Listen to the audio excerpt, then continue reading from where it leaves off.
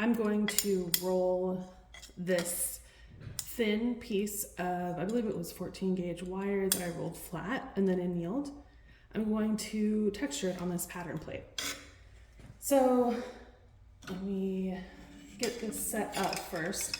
As usual, you want to insert your metal and your plate into the rolls and then just hand tighten them. Make note of where the angle of the handle is.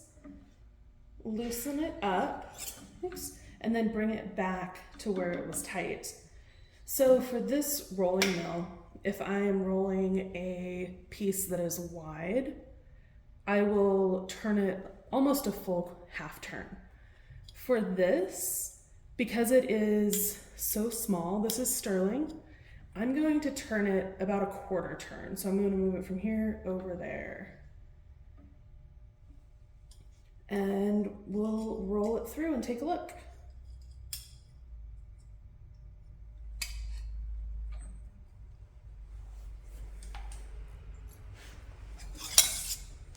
All right, let's see.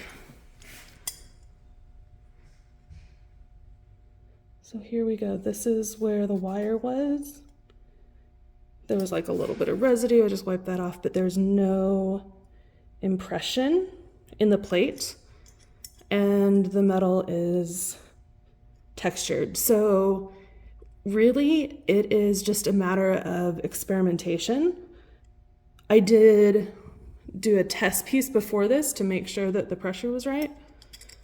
And for me, and this plate with this metal, if I wanted to roll something small, it's a quarter turn as opposed to the usual half turn. So it's all about experimenting.